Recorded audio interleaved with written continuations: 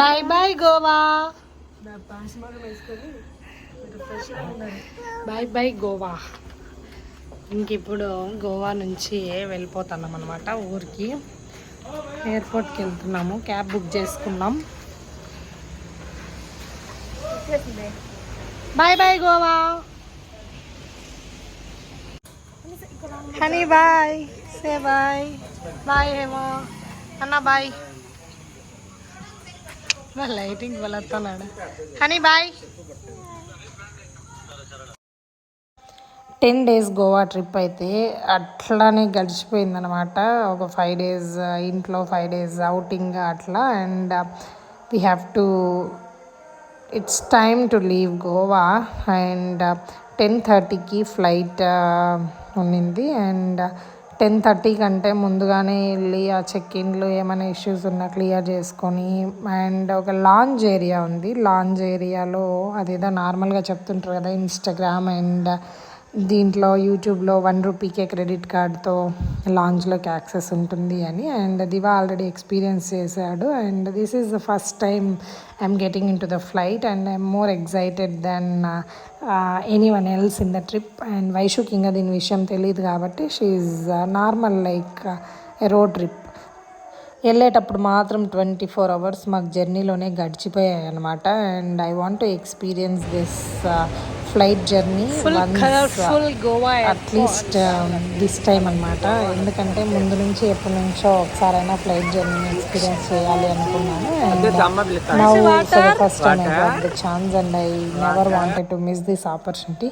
వచ్చినప్పుడు 24 hours అంతా ట్రైన్లోనే సరిపోయింది. వెళ్ళేటప్పుడు క్విక్గా as early as possible reach అయిపోవాలి ఇంటికి, టైర్డ్ అయిపోయామని చెప్పేసి ఫ్లైట్ టికెట్స్ అయితే బుక్ చేసాము. 10:30 ఫ్లైట్ అంటే 8:30కి అంతా అంటే ఎయిర్పోర్ట్కి రీచ్ అయిపోయినాం అనమాట. ఎయిర్పోర్ట్లో చూడాల్సినవి చాలా ఉంటాయని చెప్పాడు. అందుకని ఇట్లా వాటర్ నార్మల్గా మనకి మాల్స్కి అట్లా ఎంట్రన్స్లో అట్లా ఉంటుంది కదా, అట్లా కొన్ని అట్రాక్టివ్ థింగ్స్ అన్నీ ఉన్నాయి ఎంట్రన్స్లో. వాటన్నిటిని కవర్ చేసి చూసి అండ్ మేము లోపలికి వెళ్ళే టైంకి ఆ టైం అయితే కొంచెం ఎర్లీగానే వెళ్ళాము.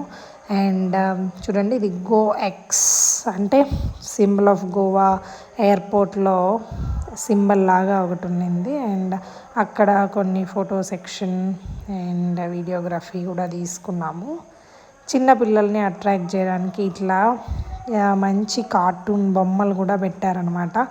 అక్కడ కూడా బ్యాడ్ థింగ్ ఏంటంటే వర్షం పడుతూనే ఉంది, చిన్నగా చినుకులు రావడము. అట్లా ఫ్రీగా ఉండలేకపోయినాం అనమాట. నార్మల్గా పిల్లల్ని అట్రాక్ట్ చేయడానికే ఆల్మోస్ట్ ఎయిర్పోర్ట్లో చాలా వరకు మంచి ఇట్లా సీనరీస్, వ్యూస్ అన్నీ పెడతారు. చాలామంది వీటిని కవర్ చేయాలనే ఉద్దేశంతోనే కొంచెం ఎర్లీగా ఎయిర్పోర్ట్కి రీచ్ అవుతూ ఉంటారు. And the reason why we also reach the airport early అనమాట.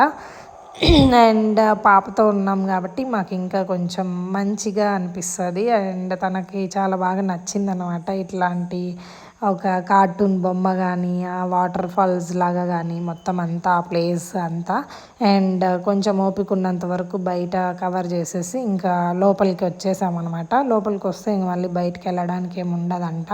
చూడండి తను ఎంత బాగా లైక్ ఎంజాయ్ చేస్తుంది, మంచిగా ఫ్రీగా ఉంది మంచి స్పేస్లో.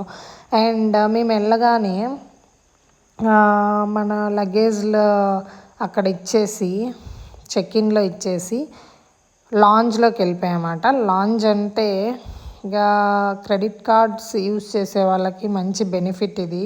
మా ఆయన్ని ఎప్పుడు తిడుతూ ఉంటాను, ఎందుకు అన్ని కార్డ్స్ యూజ్ చేస్తామని. నాకు ఆ రోజు కార్డ్ యూజ్ చేసే వాళ్ళకి ఇట్లాంటి ఒక ఫెసిలిటీ ఉంటుంది అని తెలిసింది. అక్కడ స్పెషల్లీ కొన్ని కార్డ్సే యాక్సెప్ట్ చేశారనమాట. అమెరికన్ టూరిస్టర్ ఒకటి, not American Tourister, it's American express, sorry for that.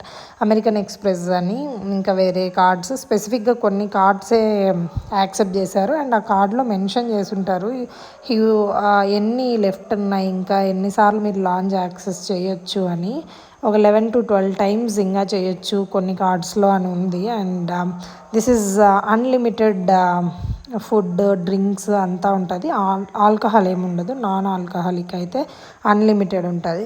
Food మొత్తం అక్కడ ఎంత ఏవైతే ఐటమ్స్ ప్రొవైడ్ చేస్తుంటారో everything is like free access అనమాట. మనకి అన్లిమిటెడ్ అంటే ఇంకా అన్లిమిటెడ్, ఓన్లీ ₹1 మాత్రమే మన కార్డ్ నుంచి కట్ అవుతుంది.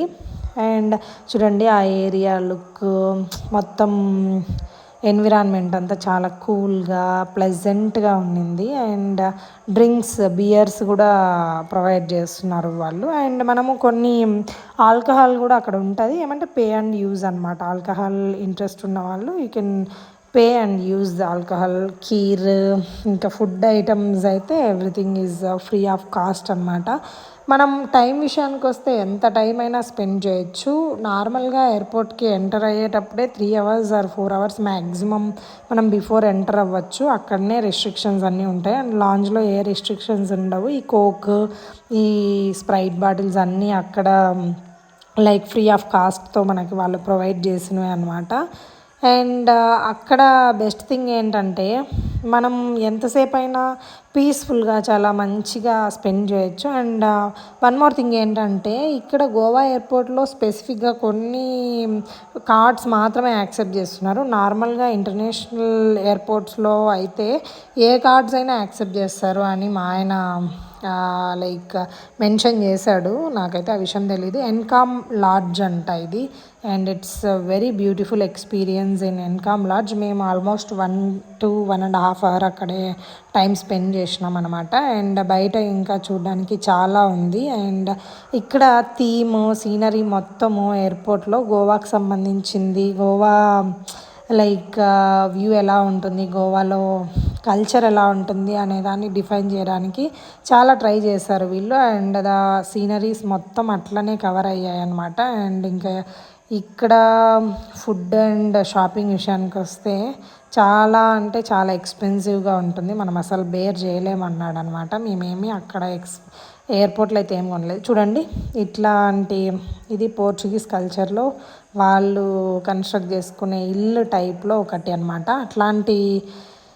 వీళ్ళు లైక్ ఎక్స్పోజ్ చేయడానికి ట్రై చేశారు. ఆల్మోస్ట్ అన్ని ఏరియాస్లోనూ అట్లనే అంటే ఇప్పుడు ఫర్ ఎగ్జాంపుల్ బెంగళూరు అంటే గ్రీన్ సిటీని ఎక్స్ప్లోర్ చేయడానికి కొన్ని థీమ్స్, కొన్ని థింగ్స్ అన్నీ ఎయిర్పోర్ట్లో మనకి డిస్ప్లేలో లాగా చూపిస్తారంట. And this is my first airport experience and flight experience కదా, నాకు అది కొత్తగా అనిపించింది. అండ్ చూడండి మేము అట్లా ఇంటి బ్యాక్డ్రాప్ ఉండే దగ్గర సిట్టింగ్ చేసాం అనమాట కొద్దిసేపు అట్లా. And it's very cool experience. And మేము ఇట్లా మాటల్లోనే టైం అయిపోయింది, లాంజ్లోనే ఆల్మోస్ట్ సగం టైం అయిపోయింది. అండ్ అక్కడ పాపకి డైపర్ చేంజ్ అంట, ఫీడింగ్కి మిల్క్ కూడా ఉంటాయి అక్కడ.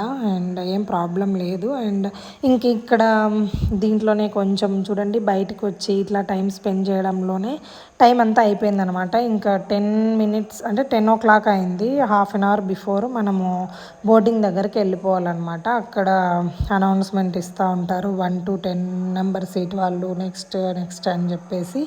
అట్లా ఇంకా తొందరగా వెళ్ళిపోయామన్నమాట. మన నెంబరింగ్ ఇట్లా ప్లాట్ఫామ్ నెంబర్ ఎట్లనో అది ఇక్కడ కూడా ఏదో something boarding number gate number అని ఉంటుంది. మాది 11 నెంబర్ అనమాట. మేమైతే అక్కడికి రీచ్ అయిపోయాం. That's for today's vlog. Keep watching famous tea.